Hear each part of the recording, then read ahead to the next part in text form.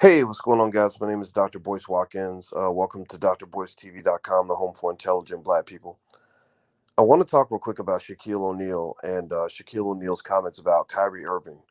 Kyrie Irving, if I'm not mistaken, he plays for the Brooklyn Nets, and Kyrie is a guy that has a pretty strong position on this whole big debate. And y'all know which debate I'm talking about. I'm not even going to really use the V word and stuff like that because those are the types of words that get you banned on social media and all that. So I'm not going to even use that. But y'all know what I mean when I say the V word.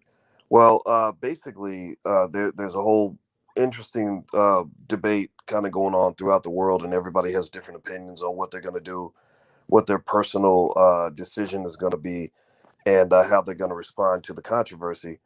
But it's become this real interesting civil war, another one of these ridiculous civil wars that keeps black people divided. People will fight all day on behalf of their Democrat or Republican belief systems, but won't fight all day on behalf of getting what the black community needs in terms of resources.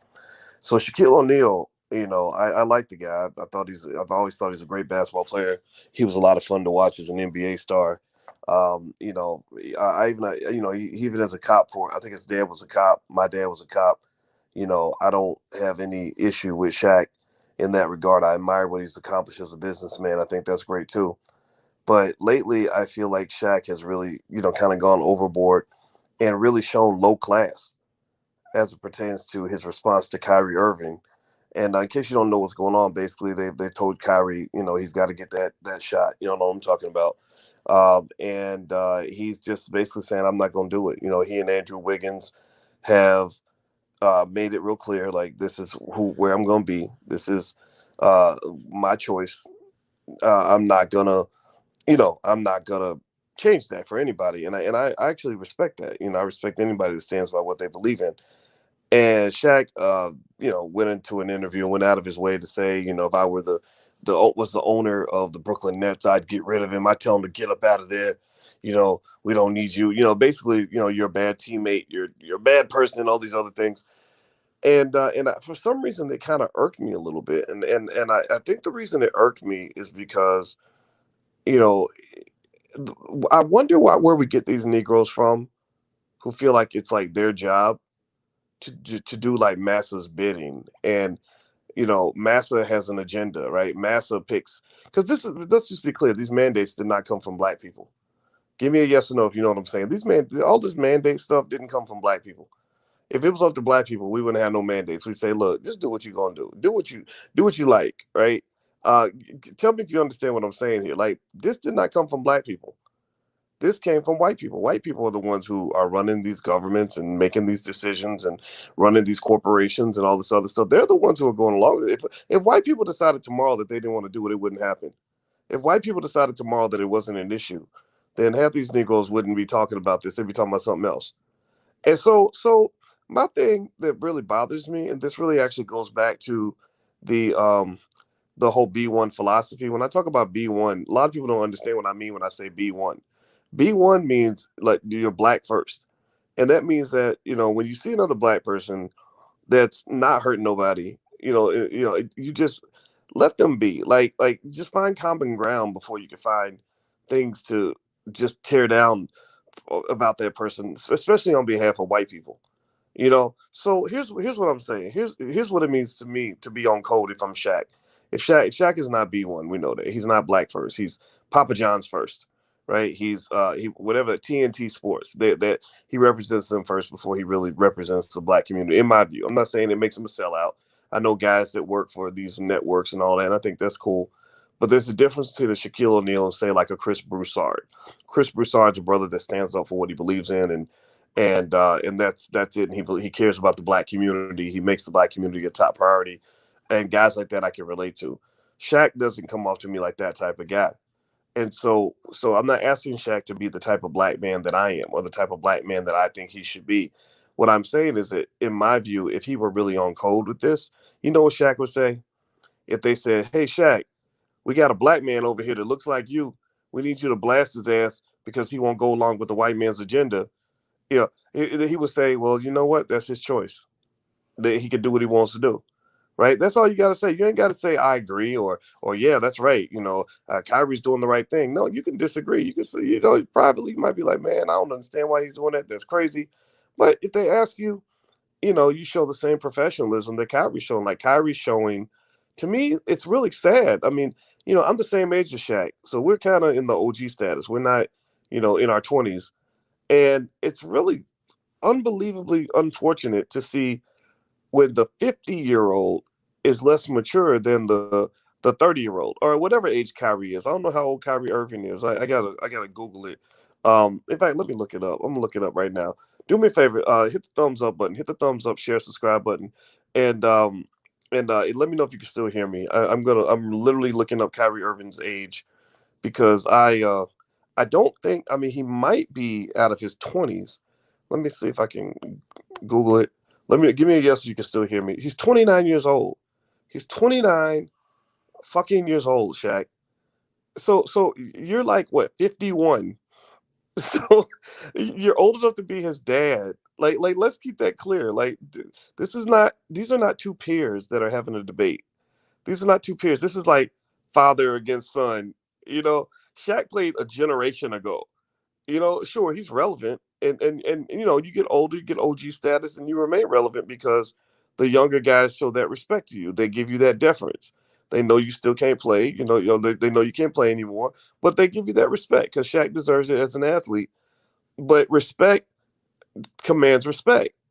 Respect means that if that it's reciprocal, right? And so, sometimes you get older guys that just kind of think that because you accomplished certain things in 1998, that you have the right to make your opinion first and foremost to everybody 20, 30 years later. And it's just not the case, man. So I kind of feel like in this situation, I get the idea of Shaq saying, look, man, I don't agree with this choice. I hope you'll make a different choice.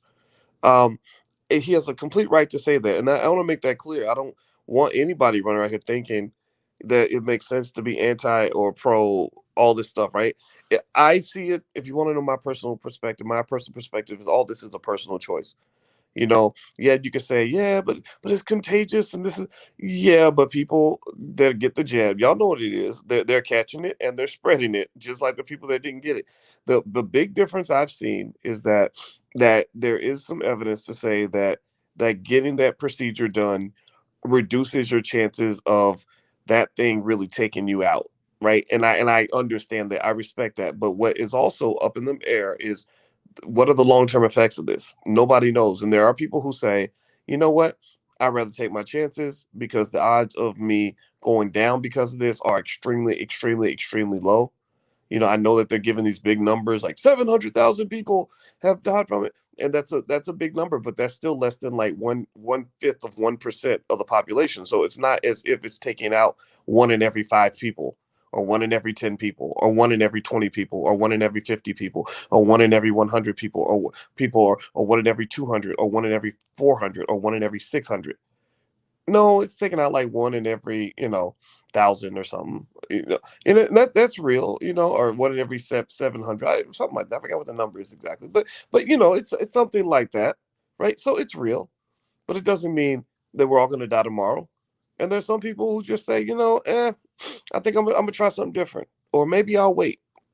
You know, and I've mentioned to you guys that what you're really kind of running into is this interesting medical and economic apartheid that is going to really kick a lot of black folks out of the system. And a lot of black folks work in healthcare. They can't get healthcare jobs now. Now ain't that funny, right? A year and a half ago, they were calling the nurses and the doctors heroes and talking about how they had a shortage of nurses. We're gonna run out of nurses, y'all. It's going we ain't got enough nurses, yeah, and it's just the hospitals are overflowed. We can't handle all the pressure. But yet you're now firing people, thousands of people in bulk, like firing thousands of people who are ready to work. Yeah, okay, maybe they're not as safe. Maybe not getting the jab is keeping them from being as safe as they could be. But I think that's a personal choice. I mean, it seems to me like that would screw them. That doesn't screw other people. Maybe that makes them bigger heroes. That they're actually willing to go into that situation. I'll tell you what, I don't know if I'd want to work around people that have, have that disease. I don't think I want to, seriously, jab and not jab. I wouldn't want to do that at all. So I think that those people, they deserve a gold fucking medal in my book. They're like the police officers, who run toward the crime and everybody else is running away. I admire that. The soldiers who go across the world to go to battle, on behalf of what they believe in. I respect that. The firefighters who run into the fire when everyone else is running out. Shout out to you. Like, God bless people like that. You will always have my respect.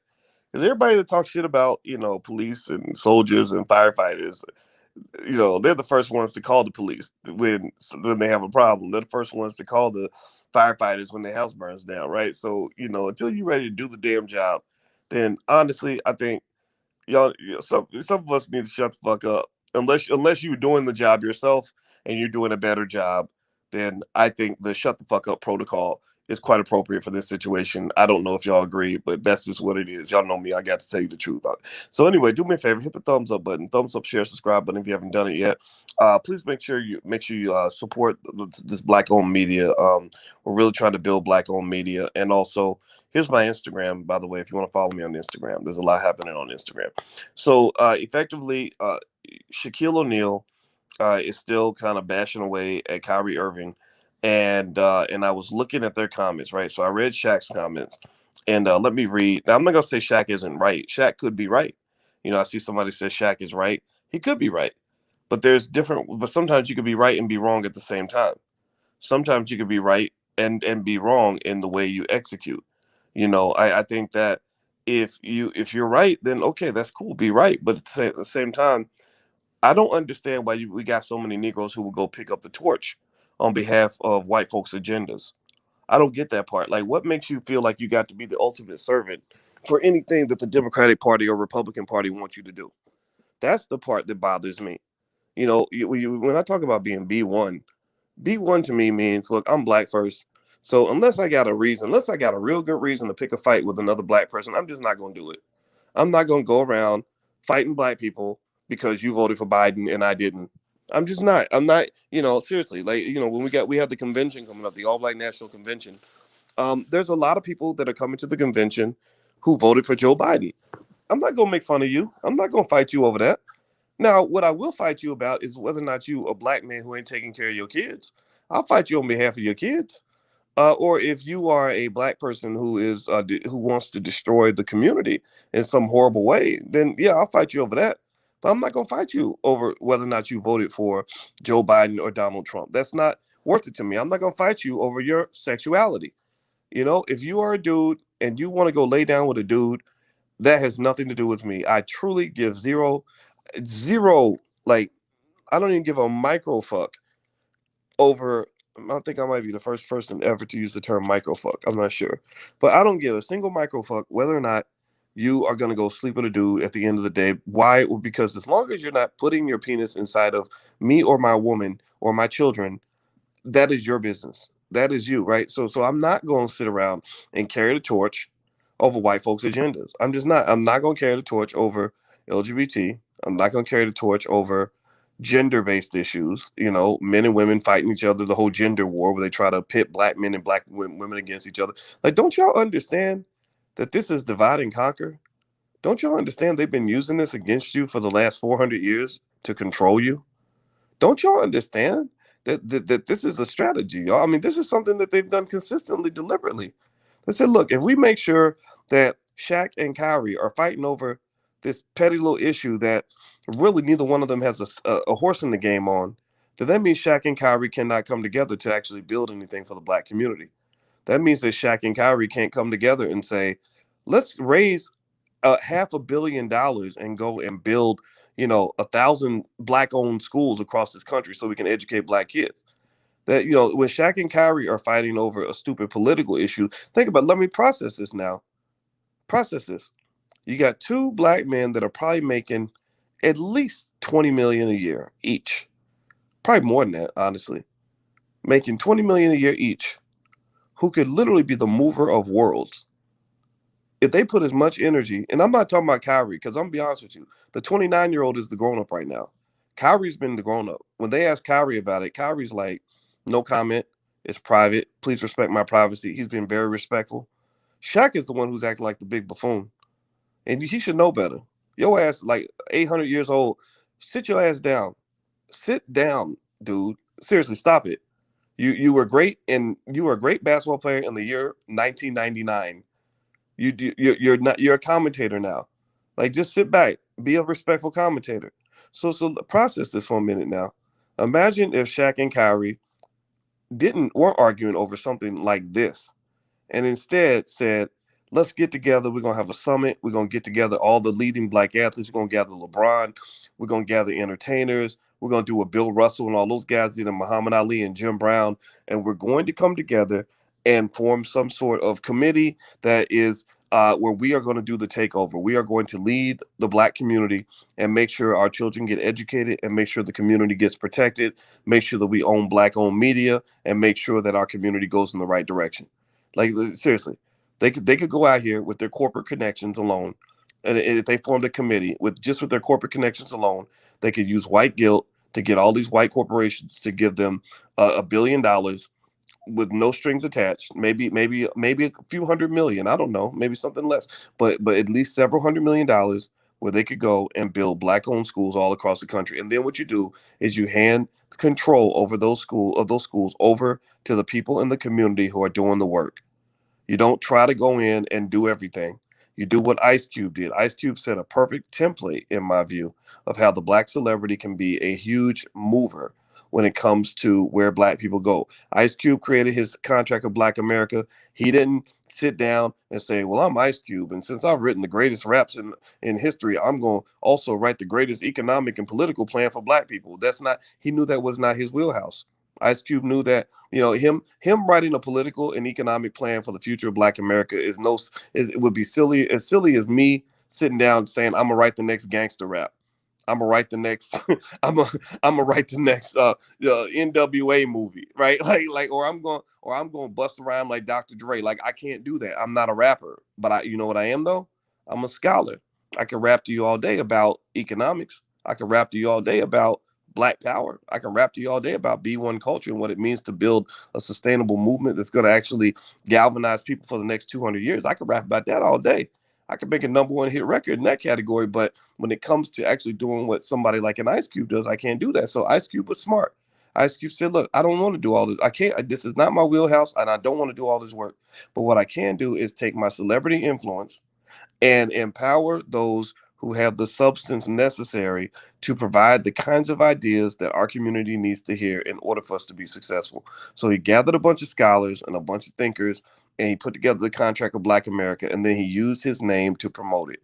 And so I think that with entertainers and athletes that really want to help, if you really want to help the community, um, you know, look at examples like this and just understand this is not it. Shaquille O'Neal, I mean, God bless him. He sells lots of Papa John's pizza and whatever the fuck he's doing. I mean, I know he's good with business in that regard, but I really don't see him as a person who's relevant in terms of moving the needle for the community at large, largely because his spirit and his intent and his energy and his maturity are way off. I mean, I know he done got dressed up and he's the fancy businessman now, but truth be told, if you know Shaq's career, and I followed his career very closely, all the way back when he was playing with Chris Jackson with LSU, all the way back when he was 18, 19 years old. And Shaq has never been a guy that came off as somebody who was mature enough to truly be an effective leader. Whereas Kyrie Irving, on the other hand, sometimes I agree with what he does, sometimes I don't. But I can tell you that Kyrie has been reaching out to the black community to participate in significant initiatives that would actually move the black community forward in terms of various forms of land ownership, business development, the creation and the control of our own educational systems. Kyrie's about that, and I respect that immensely. And I think, and so if I had a choice on who I'd clone, would I want more Shaq clowns? Would I want more clown clones, or would I want more grown man clones of Kyrie Irving? I would rather have the Kyrie Irving clone. The Shaq clone, we got enough of that. We've always had black men who act like clowns. We've always had people that want to they go out here shacked in the fool. We've had a lot of those. Like there's no shortage of black men who will go and who will act like a clown to make white people laugh. There's literally no shortage of that. Like literally, that's a multi-trillion-dollar industry. Y'all had that shit on lock. Like y'all have a motherfucking monopoly on the on coon excellence, on like outstanding outer space level extraordinary buffoonery. Like we've done that, right? That's out there, right? The clown clones are everywhere. Just go on the internet, you'll see 1,000 black men like laughing, making people laugh for money, right? But what you don't have, what's rare, the rare diamond that you have, is a guy like a Kyrie Irving, who, whether you agree with him or not, I'm not telling you to agree with what he's doing. I'm not. I mean, he's an interesting guy. A lot of things he does, I may not agree with, but let me tell you what's special about Kyrie. Kyrie is a guy who is willing. Pay attention now, to do something that 99.9% of the people that are even listening might not would have a hard time doing. This brother's talking about walking away from hundreds of millions of dollars because of his beliefs. Process that for a minute. Like, how many of y'all, give me a yes or no, how many of y'all would have a hard time walking away from an extra 300 million, 200, $300 million, because of something you believe in? Like, I'm gonna be the first to raise my hand. I've never been confronted with that type of situation. It's easy for me to be radical. It's easy for people like me to be radical because the white man never wanted me anyway. I was rejected from that system long ago. So it's easy for me to sit on the sidelines and talk my shit. I'm gonna be honest with you, because I don't have any use for them. They don't have any use for me. But how many of you? Give me a yes or no. Let's be honest. How many of you would have a hard time walking away from $300 or $400 million if you had to do that to stand for what you believe in? Like, so this is like a Muhammad Ali type moment. This is kind of the thing where, I think history is going to judge Kyrie in a favorable light. And I don't know if they're going to look at Shaq in a favorable light. If you remember when Muhammad Ali was making his political stands, for his various reasons, and not to make the exorbitant comparison between Kyrie and Muhammad Ali, but then again, nothing's sacred. I'm from Louisville, love Ali, grew up hearing stories about Ali from my dad ever since I was little. But remember when Ali was doing his thing, when Malcolm X was doing his thing, when Ali and Malcolm were working together, and the Nation of Islam, and just and Dr. Claude Anderson even back then, just a lot of people that were very radical. You always had those black people who wanted to fit in, who were the first Negroes to volunteer to go on the show and attack them on behalf of the man. You always had that guy. And so the sad thing is that Shaq, it has become that guy. Again, there's no reason why Shaq has to be. Why is it that they always find that black person who will go on the front lines to be the one to attack the radical black person? Like the first one to line up to want to beat their fellow slave is another black person. That part I don't get. Look, my thought is, and I've seen this, right? I saw this even happen on the scholar level. I saw Michael Eric Dyson and Melissa Harris Perry being propped up by the Obama administration to attack Cornel West. And they did it. That's a deliberate strategy. They deliberately choose a black person to make the attack so that they can take race out of the equation. I've seen that also. I remember when in 2006 I did this thing with CBS Sports where right before the Final Four they did a little segment called "Should College Athletes Be Paid?" And back then it was very radical. It was something that many people didn't agree with. But I've always consistently, if you go back and read my articles for the last 25 years, I've always written that athletes should be paid. To me, it was not a debate. It's like, yeah, you're a worker in America. You should get paid for your labor. Like, who the fuck came up with this idea that somehow the rules should change because you're black? Like that's some real straight out of the like Black History book shit. Like that's some old plantation stuff. Like, oh well, everyone should get paid. Every man deserves to be paid for his labor, except when you black. Because when you black, you should be glad that you got a job. Like, come on, man. So anyway, I was on this thing back in 2006, and and they, so I went in there, and they were like, "Should college athletes be paid?" And I said, "Of course they should be paid. Should you be paid for doing your job?" Like, and I said, and I explained it real simple. I said, athletes generate billions of dollars. Their coaches have multi-million-dollar contracts. All the commentators, including you, are making millions of dollars from the athletes playing. And when the fans show up for the games, they're not showing up because they want to see a commentator. They're not showing up to see the coach. They're showing up to see that big 6'8" black man who's going to run down the court and dunk a basketball. So why in the world should his mama still be living in the projects when everybody else is getting paid off of his labor? That doesn't make any sense. So it was an easy argument. It wasn't like, there's some arguments that are hard where I got to use my whole PhD to make the argument. Some arguments are easy. You can make that argument if you are in the third grade. I swear to God. Like, mommy, I cleaned the kitchen. You said I'm gonna get paid if I clean the kitchen. Your 8-year-old can make that argument that because they did the work, they deserve the pay, right? So this is not a complex concept, right? So I did this thing on CBS, and let me tell you what they did. This relates to the Shaq Kyrie thing.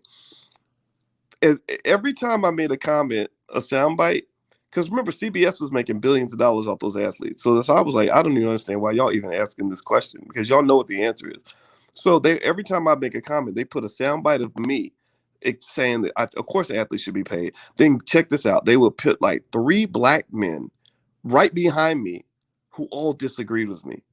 3 black, they would literally post up 3 dudes, 3 Negroes that all of them employees for CBS. I remember that one was Clark Kellogg, another one was a guy named Lynn Elmore, and then there was another guy, what was it? There was one more. I can't remember. Oh, and then they would have like these white coach. Then they would start pouring in the white people after that. They have like Coach Mike Krzyzewski, and I want to say it was like Dick Vitale. It wasn't Dick Vitale. It was somebody like that, right?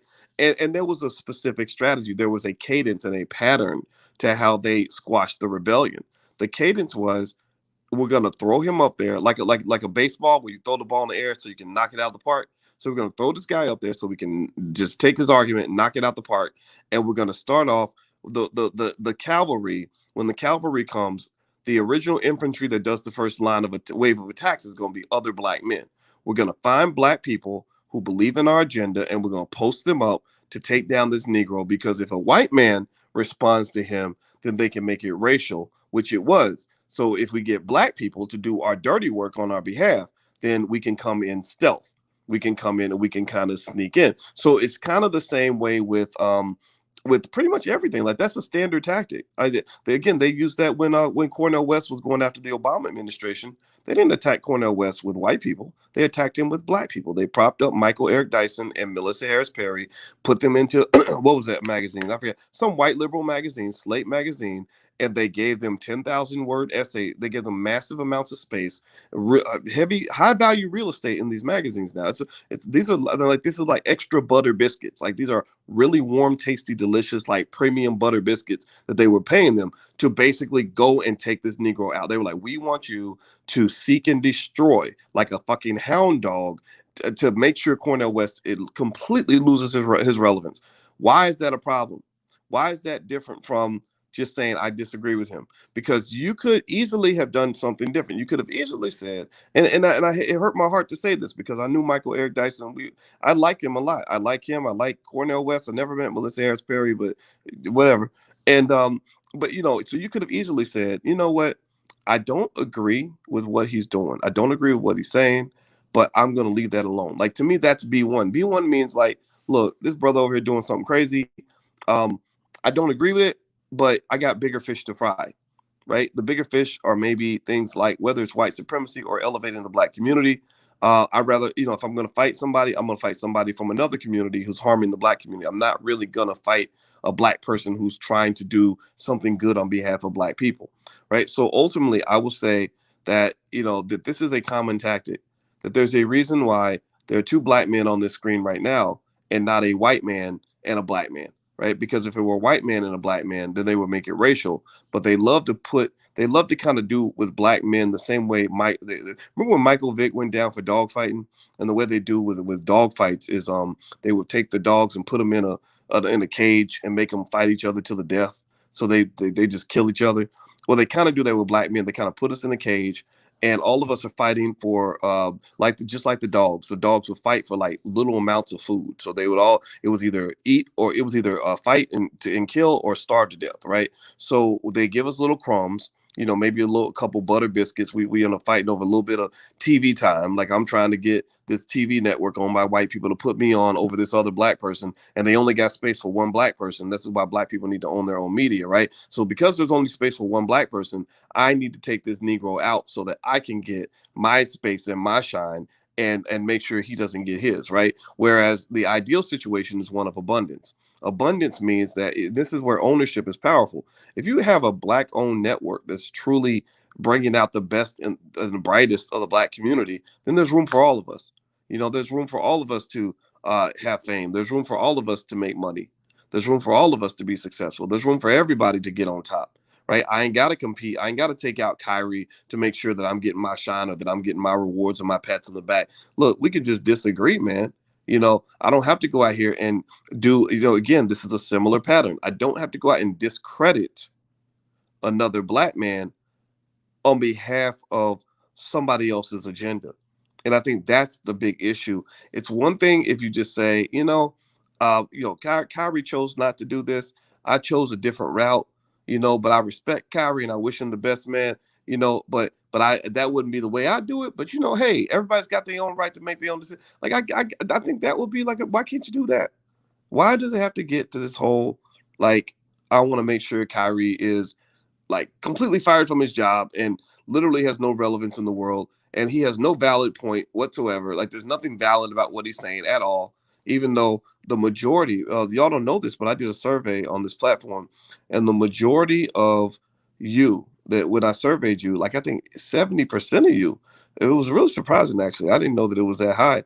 70% of you said that you chose not to do it. And I was like, whoa, this is a real watershed moment because there's a real consequence here. A lot of people are losing their jobs because of this. A lot of people can't. They're even trying to pass laws saying you can't get on the airplane, if you don't do certain things. But Victory Boyd, shout out to her family. They actually turned.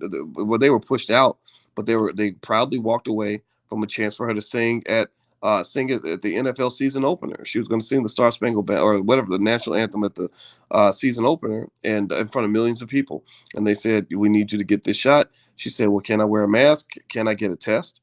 Can I social distance?" They said, "No, no, no. You must put this in your body." She said, "No, I'm not putting this in my body." And there's been women out here that have said, "Look, I want to have kids, and I don't know what the long-term effect of my fertility is."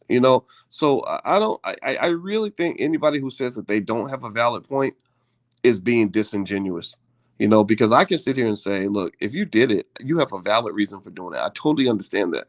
But you also have to respect the fact that other people have a valid reason to not do it. Right. And I think that when I saw this thing with Shaq and Kyrie, I was really disappointed, not just because you have the same typical thing where Black man's being propped up to kind of discredit another Black man over an agenda that's not even a Black agenda. It's a horizontal issue. Dr. Claude Anderson talks about that a lot. He talks about horizontal issues dividing Black people. There's no reason, again, don't get me wrong. I mean, sometimes we all want to debate another Black person. Many of us disagree with another Black person. Many of us sometimes want to fight another Black person. But if I'm going to fight a Black person, it would have to be over an issue that I feel is very harmful to the Black community. So in this particular case, the reason I'm okay with fighting with Shaquille O'Neal is because I see Kyrie as an asset to the Black community, and you're being harmful to a guy that I think can be an asset to the community. Also, this generational divide of the older Black man who's literally damn near twice this dude's age acting like a kid because you somehow forgot that it's no longer 1999. Like you're not young, you're not a young guy anymore.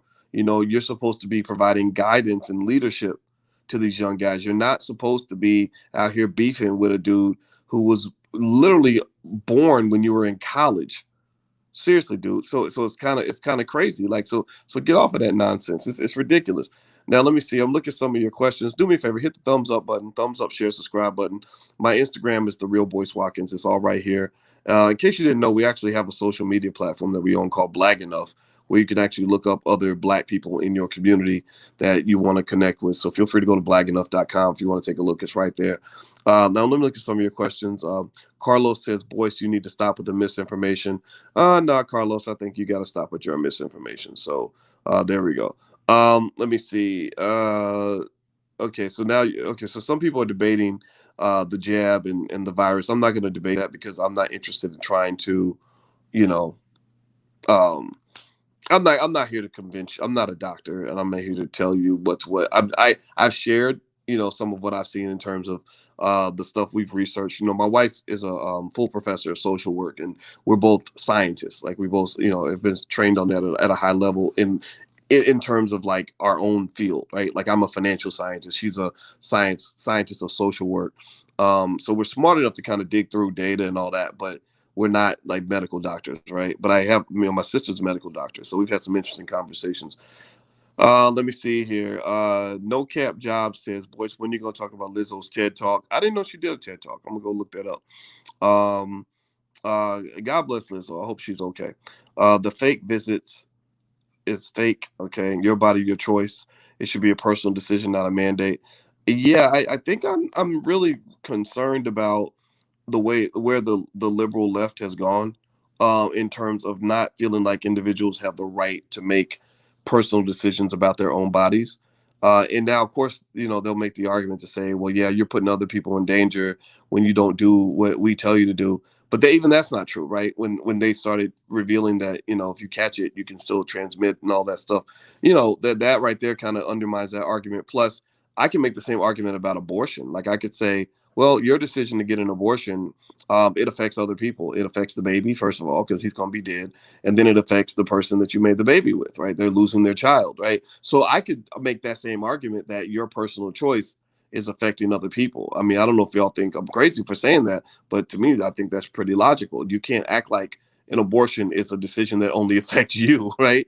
So, so what it does, unfortunately, for the liberal left is it undermines a lot of the things that they've been arguing up until this point. And that doesn't make them look hypocritical. Yes. Are the Republicans also hypocritical? Yes, they absolutely are.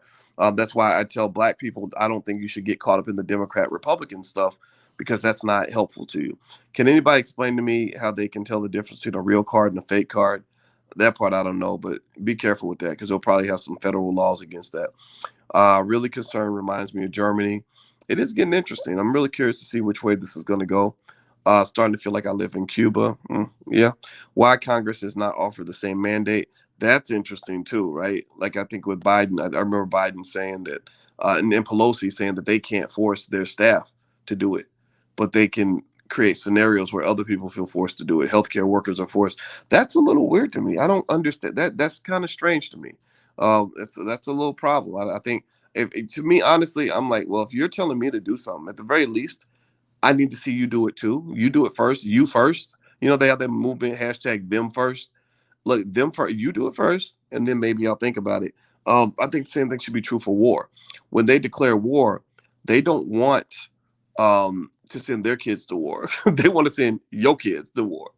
Like, I mean, if that right there doesn't give you a clue that they on some bullshit, I don't know what does. Like, my thing is like, if you believe in this, then do it too. Like, or you want me to eat that food, you take the first bite.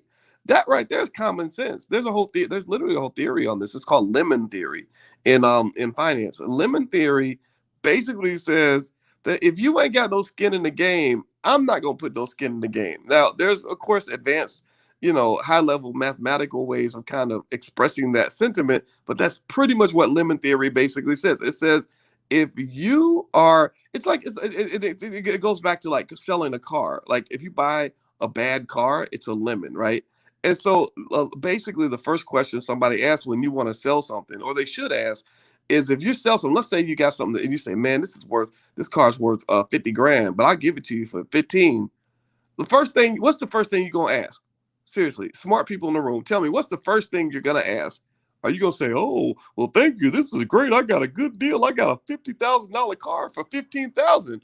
They gave me $35,000 just because they want to be nice to me." What is that? What you gonna say? No, you're not gonna do that. You're gonna say, "Okay, well, what's wrong with it? Like, why? If it's so great, then why don't you want to drive it, right?" And if their answer is not good enough, then you're gonna be like, "No, that's all right. I'm good."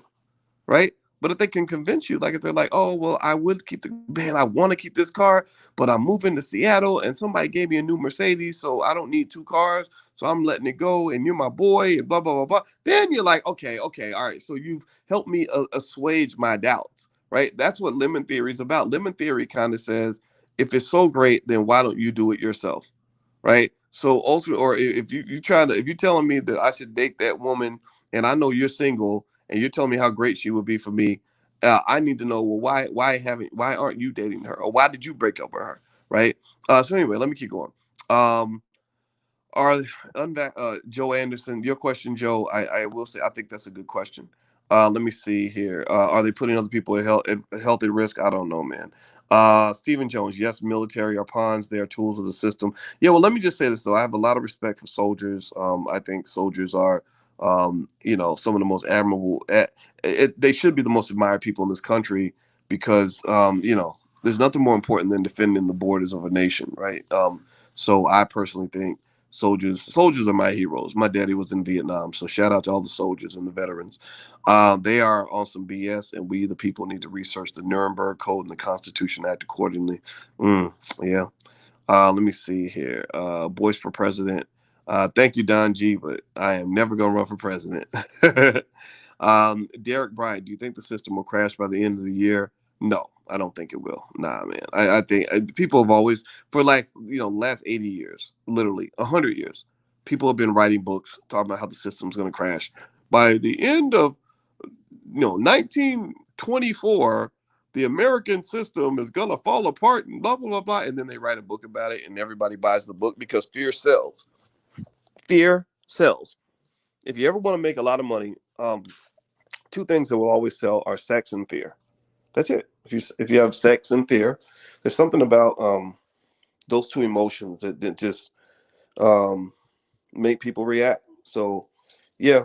So there you go. So you're always going to have people that will write books about the end of the world, and people will buy those books because if I write a book predicting the end of the world, and I say, "Oh, the world's going to come to an end in 5 years," I don't actually have to prove anything, right? I don't have to have any like merit to my argument. Like you're not holding my feet to the fire. It's like me. It's like me sitting on this podcast and telling you I'm the fastest human being on earth. And as long as you never make me actually have to run a race with a stopwatch, then I can claim all day that I'm the fastest human being on earth. But it's easy because I don't have to race anybody. I don't have to, you're not going to time me, right? So you've seen this where you've seen where people are like, oh, the world's going to come to an end in 1985. And then 1985 comes. So for 4 years, so they write the book in 1981, right? So for 4 years, they're making millions of dollars because they're predicting the end of the world by 1985. And then 1985 comes and goes and nobody's dead. And then they write another book. Oh, I was wrong. The world's going to come to an end by 1992. 6 years goes by. I make millions of dollars selling my book. 1992 comes and goes. Nothing happens, and then I write another book. Like that's literally a pattern people have done when it comes to the pending collapse of the global economic system. And the reason that works, I think, is because people fear things they don't understand that well, and also because there are legitimate concerns about the global economic system. I'm not sitting here. I've done videos about it where I've explained to you guys that the government does have too much debt. I think we're up to $28 trillion in debt. The amount of debt per taxpayer is about a little bit less than $250,000. And also the debt to GDP ratio, which is debt divided by the amount of gross domestic product or the value of the goods and services produced in this country, that ratio has skyrocketed. Also, this year we spent $6 trillion and only brought in $3 trillion in revenue. And so we can't do that. You can only do that for a little while. So it's like if you lose your job, that's what the pandemic was like. The pandemic was kind of like the whole economy lost its job, and you don't have any income. And you say, "Oh, honey, we got the credit card. Let's live off the credit card." Well, you can't live off the credit card forever, right? You can't do that, right? And then your debt level is going to balloon, and you have to have some sort of level of productivity that allows you to play catch up. So if you go deep in debt because you had a bad economic situation, a person with common sense that goes through that says, man, I lost my job. I had to go dig into my savings. So I depleted my savings and I maxed out my credit cards. They know, number one, there's a time limit to that. You can't do that forever. And then number two, you got to play catch up.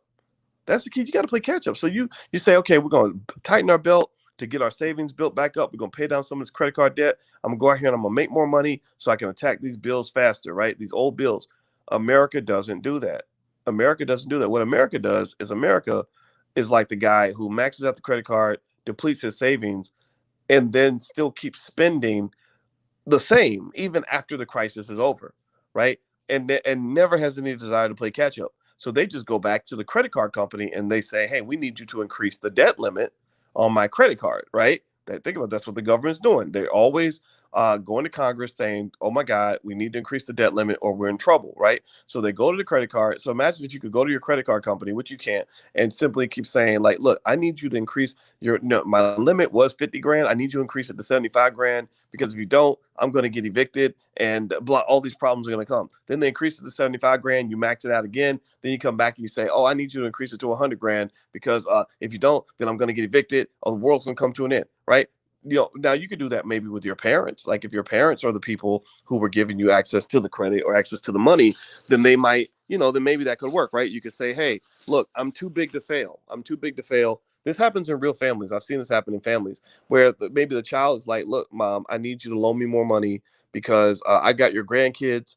And if you don't loan me more money, then your grandkids will be homeless. And you don't want your grandkids to be homeless, do you? And the grandma's like, no, I don't want that. So the grandmother keeps coming through, saving the son or saving the kids or saving the daughter, because they never actually go full circle in terms of that financial accountability. Like you have to have a yin and a yang in your economic system. You have to have a balance. When you go borrowing a bunch of money, you got to eventually go bring that money back in so you can rebalance things. America doesn't do that because America is not a country that believes in accountability. That's it. It goes all the way to the top. It starts at the very bottom. Back in the fucking 90s. Everybody remember the 90s when they started giving every kid a trophy? Like even the fat kid who got last place will get a trophy. I thought that was the dumbest shit ever when it happened. I was in my 20s like, what is this? Like you don't get a trophy for coming in last place. Like there's no incentive to come in first place. If everybody gonna get a trophy, then shit, I might as well not even try. And so you go all the way to the top. It's like America is the country where everybody gets a trophy. So basically what they're doing now is they're like, oh, the economy's going bad. We're going to go and borrow $3 trillion so that you can stay home and get a check and whatever, right? And that's fine. I don't care about that part. But it's kind of like, okay, at some point when your damn federal budget is so fucking out of whack that it's ridiculous, you have to rebalance the universe again. You got to really have some people that have the political will to say, where are we going to get this money? Okay, well, you know what? Look, Jeff Bezos, you made, $50 billion last year. We taxing all of that shit. We're gonna leave you about 10 of that. Out of that last 50 billion you made, we're gonna give you about 10. We're gonna take the other 40 billion and we're gonna do what we gotta do with it. The multimillionaires, the wealthy people, you're gonna still be fine. You'll still be driving Jags and Lamborghinis and Rolls Royces. But we need you to come in and provide the resources to bail out the government. You can't just come in and take food out of the cookie jar and not put nothing back, right? And that's the problem. That's the hypocrisy of the right. The Republican Party protects this, right? The Republican Party, that's their downfall, is that they really are that party of the rich. They use all these dog whistle bullshit concepts to kind of get people riled up. Like they get them riled up over, like I don't know, the Trump supporters get caught up in, you know, all these stupid issues, right? That's where you get but because you need those votes from those toothless rednecks in Appalachia who are never going to have any money, but they're mad because they want Jesus in school or they're upset about abortion, right? So they use those issues to bring in the masses, but really in the back rooms, what they're doing is they're letting corporations and wealthy people come in and raid the government. They're coming in and they literally are getting these massive bailouts. They take major risks with government money, and it becomes heads I win, tails you lose. Heads I win, tails you lose. That means I never lose. So if I am the corporate raider up on Wall Street, getting massive amounts of government money to take unbelievable, exorbitant risk, then I'm going to go and take all those risks because I know that when things go bad, mommy and daddy's going to bail me out. And mommy and daddy is effectively the federal government. So all these people telling poor people to pick themselves up by their bootstraps are full of shit because they're not picking themselves up by any bootstraps. The government is providing their playground, their economic playground, and there's no accountability because a lot of that is not even being taxed. And that's fundamentally problematic and unfair. But more importantly, it's going to destroy your entire economy because now your government's so deep in debt that it's ridiculous. So there you go. So that's my breakdown of what's going on with the government. I know we started off talking about Shaq and Kyrie, but y'all know what it is. I like to have intelligent conversations with you guys about the issues that matter. So anyway, BoyceWatkins.com is my website, by the way, if you want to go and get a lot of free information. I'll be, excuse me, nagging you on email with lots of with what I think is very helpful information. So feel free to go to BoyceWatkins.com. And also Powernomics.com is where Dr. Claude Anderson has his books and everything else. So if you are into things like Powernomics and Black wealth and Black economics, what I'm asking everyone to consider is for the holidays to buy Dr. Claude Anderson's books, his book sets, and give them away as gifts to the people that you love. If you love them, you will empower them. You know, if you love them, you will put them in a position to be successful. There are very few books ever written in the history of this country that are more important than Dr. Anderson's books, and y'all know what it is. I shout this man out to the ends of the earth because he's the OG that paved the way for people like me. Without him, there is no me, and I want to make sure I acknowledge that. All right, guys, if you could please hit the thumbs up button, hit the thumbs up, share, subscribe button before you go. And I'm gonna get out of here. Long story short, when you talk about Shaquille O'Neal, my summary on Shaquille O'Neal and Kyrie Irving is: chill out, Shaq. Stop it. It makes you look stupid. You're 52, you're 51 years old, whatever. You know, go do business, go do what you got to do. And really, for those of you that care, Shaq probably doesn't care. Shaq didn't care what I think, and that's fine. He probably shouldn't. But for those that do care, you know, remember the B1 philosophy kind of means, you know, focus on the things that matter. You know, find the things that you have in common as opposed to the things that you have apart. Like don't go, if you're gonna fight with a black person, fight with them over something that matters. You know, fight with them over something that affects the ability of our kids to get an education, or the ability of our community to get the wealth that it needs, you know, to build industry, things like that. Don't fight with them over like Democrat Republican issues and LGBT and or whatever, or immigration. Like that's like the weirdest thing. Like one black person discrediting another black person over U.S. immigration policy, unless you're talking about Haiti. If you're talking about something with Haiti, that's a different situation. But if you're talking about like what to do with Afghan refugees, or what to do with, you know, all the Latino people coming across the border, I don't personally see that as our issue. In fact, I think that's an issue that harms black folks. That's just my 2 cents. All right, guys. So I'm gonna get out of here. Please have a great day. Love you, and I'll talk to you soon. Take care. Bye bye.